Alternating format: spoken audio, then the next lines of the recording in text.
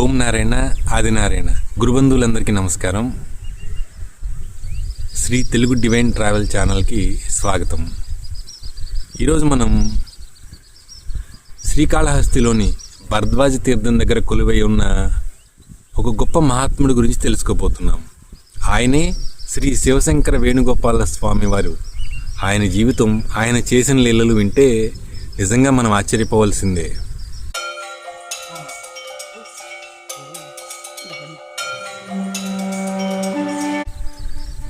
స్వామివారు ఎక్కడివారు? ఆయన మహారాష్ట్రలోని నాందేడ్ ప్రాంతానికి చెందినవారు. ఒకసారి కుటుంబ సభ్యులతో కలిసి శ్రీకాళహస్తి క్షేత్ర దర్శనానికి వచ్చారు. పరమేశ్వరుని దర్శనం చేసుకున్నాక స్వామివారిలో ఏదో తెలియని మార్పు మొదలైంది.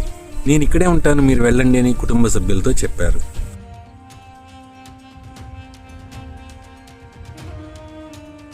కొద్ది రోజుల్లో వస్తారు కదా అని వారు వెళ్ళిపోయారు. కానీ స్వామివారు మాత్రం ఆ దైవ ధ్యానంలోనే ఉండిపోయారు.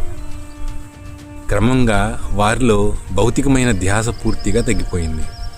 శరీరంపై వస్త్రం ఉన్నదా, అది మురికి పట్టిందా, లేదా చిరిగిపోయిందా అనే స్పృహ కూడా లేని అవధూత స్థితికి చేరుకున్నారు.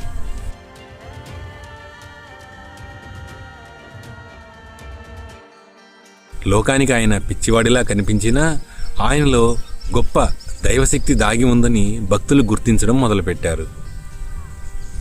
స్వామివారు ప్రదర్శించిన ఎన్నో లీలల్లో ఇది చాలా ముఖ్యమైంది.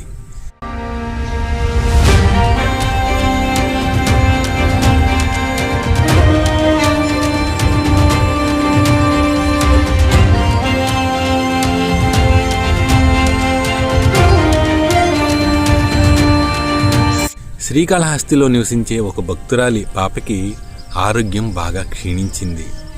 డాక్టర్లు కూడా చేతులెత్తేసి ఇంటికి తీసుకెళ్ళిపోమని చెప్పారు.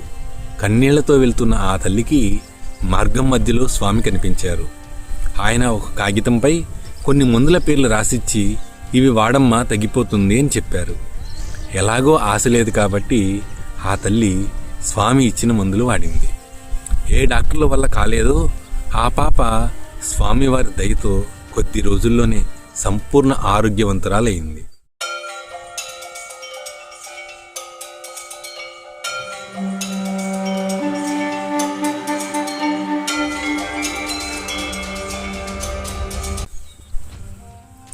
కొంతకాలం తర్వాత స్వామివారి కుటుంబ సభ్యులు మళ్ళీ వచ్చారు. ఆయనను బలవంతంగా కారులో ఎక్కించి నాందేడ్ తీసుకెళ్లాలని చూశారు. స్వామివారు నేను రాను అని చెప్తున్నా వినలేదు. కానీ విచిత్రం ఏమిటంటే స్వామివారు కారులో ఉన్నంతసేపు కారు స్టార్ట్ కాలేదు. భక్తులు వచ్చి స్వామిని బలవంత పెట్టకండి అని వారించడంతో చేసేది లేక వారు స్వామిని కిందకి దించేశారు. అప్పుడు కారు వెంటనే స్టార్ట్ అయింది. అప్పుడే ఒక షాకింగ్ విషయం తెలిసింది. నాందేడ్లో స్వామివారు ఒక గొప్ప డాక్టర్ అని వారి కుటుంబ సభ్యులు చెప్పారు. ఒక గొప్ప డాక్టరు దైవ ప్రేరణతో ఇలా అవధూతగా మారి అందరి కష్టాలు తీర్చడం ఎంతటి విశేషం.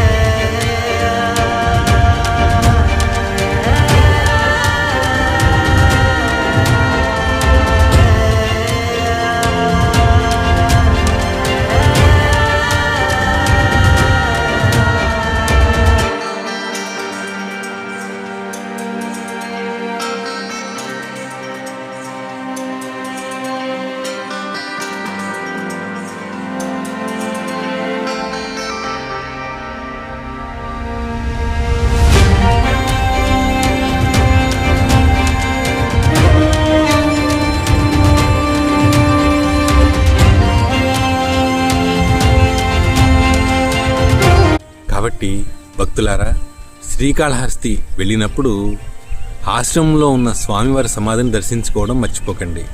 అక్కడ కలిగే ప్రశాంతతను మీరే అనుభూతి చెందుతారు.